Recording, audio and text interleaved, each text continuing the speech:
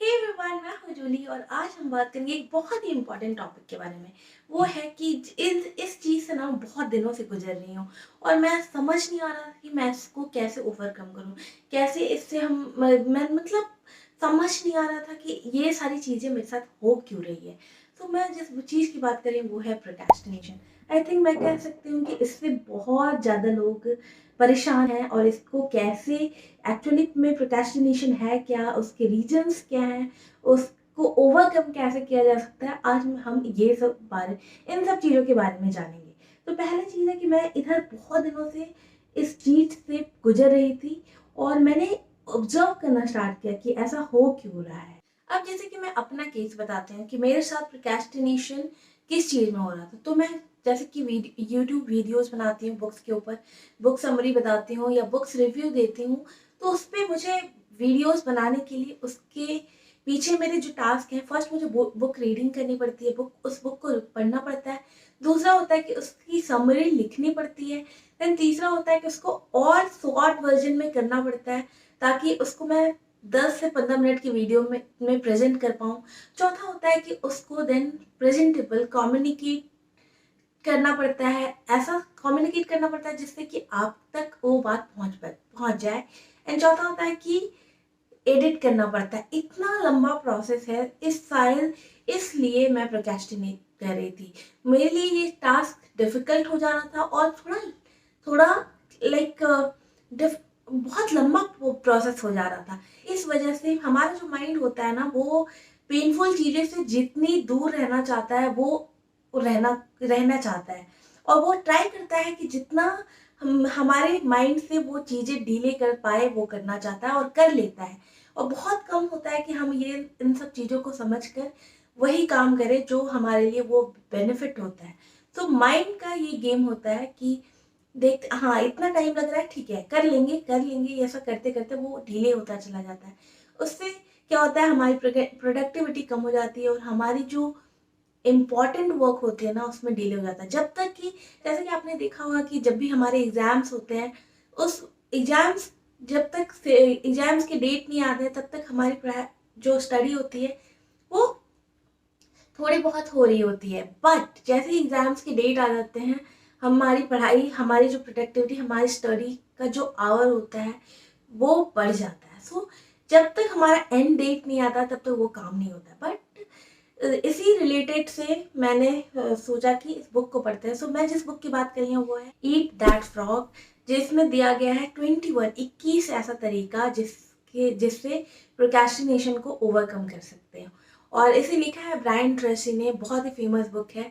2 million copy से ऊपर बिक चुकी है ये बुक और मुझे बहुत चीज़ सिखाया है इस बुक ने, कैसे प्रोक्रेस्टिनेशन को डील कर सकते हैं। मैं ट्राई कर रही हूँ कि मैं कैसे ओवरकम पाऊँ, मैं भी इस चीज़ को सीख रही हूँ। मैंने चाहा कि ये चीज़ें आपके साथ भी शेयर करूँ। तो उसके लिए अब टाइटल को ब्रेक डाउन करते हैं। जैसे कि ईट दैट फ्रॉग, इस बुक में एक फ्रॉग है। मैंने जब बुक देखा तो ईट दैट फ्रॉग मेरे को समझ ही नहीं आया था। फिर मैंने जब नीचे पढ़ा कि 21 ways to stop procrastination and get more done in less time, जब मैंने बुक पढ़ी तो मुझे बहुत सारी चीज़ें पता चली कि प्रोक्रेस्टिनेशन की रीजंस वगैरह क्या है। एक तो मैंने एक्सपीरियंस भी किया और ऊपर से जब मैं बुक पढ़ी, अच्छा ये सारी चीज़ें मेरे साथ भी हो रही थी, इससे ये पता चला। तो रीजंस जानते हैं कि प्रोक्रेस्टिनेशन के रीजंस क्या है।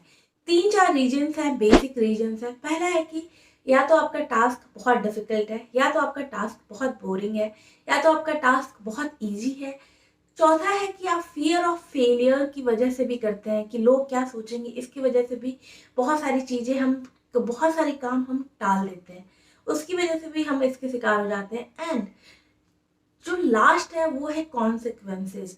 इसका क्या कॉन्सिक्वेंस होगा? जैसे कि समटाइम्स ऐसा होता है कि मान लो मैं वीडियो बना रही हूँ, ठीक है? मुझे फ़ील होता है कि ये मैं सही कर रही हूँ या नहीं, सही से मैं बना पा रही हूँ या नहीं, ये डर होता है। और मोस्ट ऑफ द टाइम ऐसा होता है कि हमारे अंदर जो थॉट्स होते हैं वो नेगेटिव ही आते हैं।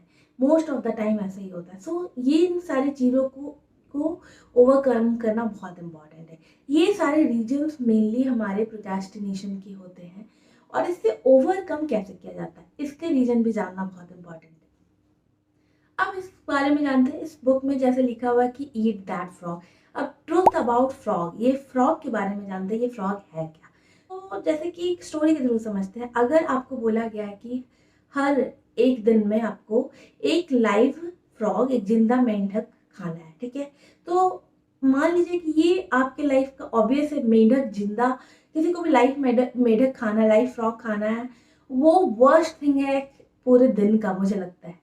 अगर आपको आप हम जनरली क्या करते हैं, हम ये करते हैं कि जनरली उसको टालेंगे कि हाँ ठीक है, मुझे ये बहुत डिफिकल्ट वर्क है, डिफिकल्ट काम है, जिंदा फ्रॉक खाना, लाइव फ्रॉक खाना, इसको बाद में करेंगे। ये जनरली हम ये चीज़ें करते हैं।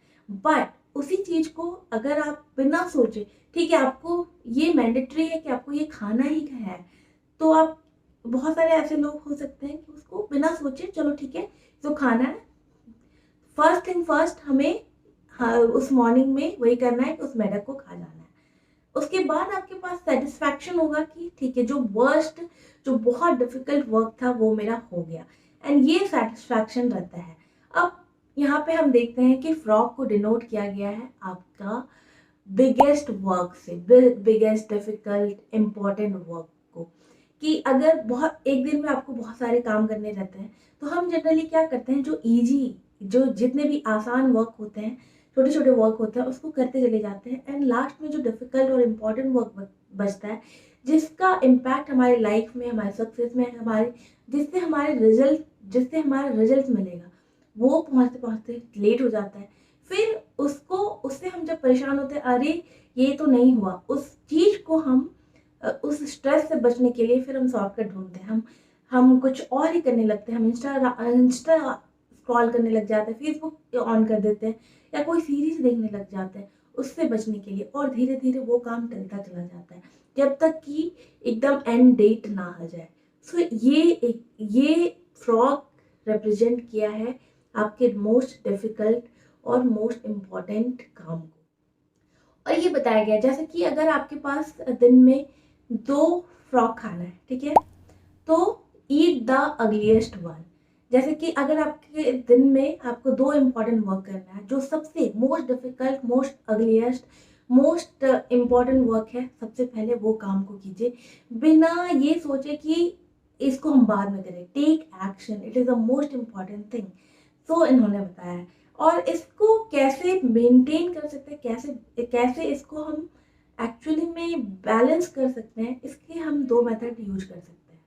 तो नेक्स्ट आते हैं कि हम प्रोक्रेस्टिनेशन को ओवरकम कैसे कर सकते हैं। आई थिंक ये 2 मेथड आपको हेल्प करेगा, और मैं भी ट्राई कर रही हूँ। पहला है कि plan your day, time, your goal. It is very important to plan these things, because अगर आप अपने इन सारी चीज़ों को, मैं खुद प्लान नहीं करती थी, मैं इन सब चीज़ों को अगर प्लान कर रही हूँ एक दिन पहले कि मुझे क्या करना है, 10 मिनट टाइम निकाल के, 5 मिनट टाइम निकाल के, इससे हमारे सब कॉन्शियस माइंड में ये फील हो जाता है कि हमें नेक्स्ट डे ये सारे सारे काम करने हैं, और इससे ऑलरेडी माइंड प्रिपेयर हो जाता है, जिससे कि आपको हेल्प मिलती है कि नेक्स्ट डे आपको ये सारे काम कंप्लीट करने हैं। सेकंड बात आती है, सेकंड मेथड आता है पेरेटिव्स रूल, जो 80-20 रूल है। क्योंकि हमारे लाइफ में जो भी 80% रिजल्ट होता है, वो हमारे 20% टास्क से आता है। अब इसको ऐसे समझते हैं कि जैसे कि एक कंपनी है, प्रोडक्ट बेस्ड कंपनी है, बहुत सारे प्रोडक्ट बेचती है, वो सेल करती है, बट उस प्रोडक्ट का जो 80% जो रिजल्ट है, वो आता है उसके 20% प्रोडक्ट से। उसका हर प्रोडक्ट अच्छा नहीं होता है, उसकी कुछ ऐसे, एक किसी भी कंपनी के एक मास्टर प्रोडक्ट होते हैं, कुछ कुछ मास्टर प्रोडक्ट होते हैं, जिससे उसका सेल, उसकी इनकम आती है, उस कंपनी की इनकम आती है, उस कंपनी की ग्रोथ होती है। इसलिए बोला गया है कि 20% जो आपका टास्क होता है, वो बहुत इंपॉर्टेंट होता है, जिसको हम डिले करते हैं, वही हमारे लाइफ में वैल्यू ऐड करता है, वही हमारे 80% रिजल्ट हमारा वही देता है, जिसको हम डिले करते हैं। तो इससे ये समझना आसान हो गया है। अब इस टेक्निक को बहुत बारी ऐसा होता है कि एक से ज़्यादा टास्क होते हैं हमारे पास इम्पॉर्टेंट, तो उसके लिए हम ABCDE टेक्निक यूज कर सकते हैं। अब जानते हैं कि ABCDE टेक्निक है क्या। पहला, अब ऐसे कि मान लो आपके पास 2 से ज़्यादा इम्पॉर्टेंट वर्क है, एक से ज़्यादा इम्पॉर्टेंट वर्क है, तो A में उस टास्क को रखिए जो बहुत मस्ट वर्क है आपका, जिसके कॉन्सिक्वेंसेस बहुत ज़्यादा हैं फ्यूचर में। आपको वो लाइक बहुत ज़्यादा अगर आप उसको नहीं करोगे तो आपकी लाइफ में वैल्यू ऐड नहीं करेगा। वो टास्क ए पे रखिए, मस्ट वर्क टास्क। बी पे आता है कि शुड, मतलब उसके कुछ सिक्वेंसेस हैं, सम सिक्वेंस कॉन्सिक्वेंसेस हैं कुछ जिससे आपकी लाइफ इफेक्ट होगी। तीसरा आता है कि ठीक है नाइस, इससे उतना ज़्यादा हमें लाइक प्रॉब्लम्स नहीं आएंगे। डी पे आता है डेलीगेट, मतलब ठीक है होगा तो भी ठीक, नहीं होगा तो भी ठीक। एंड ई पे आता है कि एलिमेंट, मतलब जो बिल्कुल भी इम्पॉर्टेंट नहीं है। तो ये टेक्निक यूज करने से बहुत इजी हो जाता है। मैं अभी लाइक रिसेंटली यूज कर रही हूँ and it is helping me a lot. And मैं कोशिश कर रही हूँ कि मैं अपना ये जो प्रोक्रेस्टिनेशन जो चल रहा है मेरा ना, ये टाइम ख़त्म हो और आगे फ्यूचर में भी हम धीरे धीरे क्या होता है ना, जब जो चीज़ हम रिसेंटली पढ़े होते हैं उसको हम अप्लाई करते हैं, पर धीरे धीरे हम उसको भूलते चले जाते हैं। तो इसीलिए बहुत इम्पॉर्टेंट है कि टाइम टू टाइम हम इन सब चीज़ों को रिवाइज करें और ये याद रहे हमें। That's why self help book पढ़ना बहुत इम्पॉर्टेंट है और चीज़ों को याद रखना, नॉलेज गेन करना बहुत इम्पॉर्टेंट है। मैं तो एक्सप्लोर करने, मतलब I really want to explore things and that's it. I hope this will help you, this video will help you, and मिलते हैं next video में। Till then, bye bye, take care and keep reading, keep exploring, keep learning things.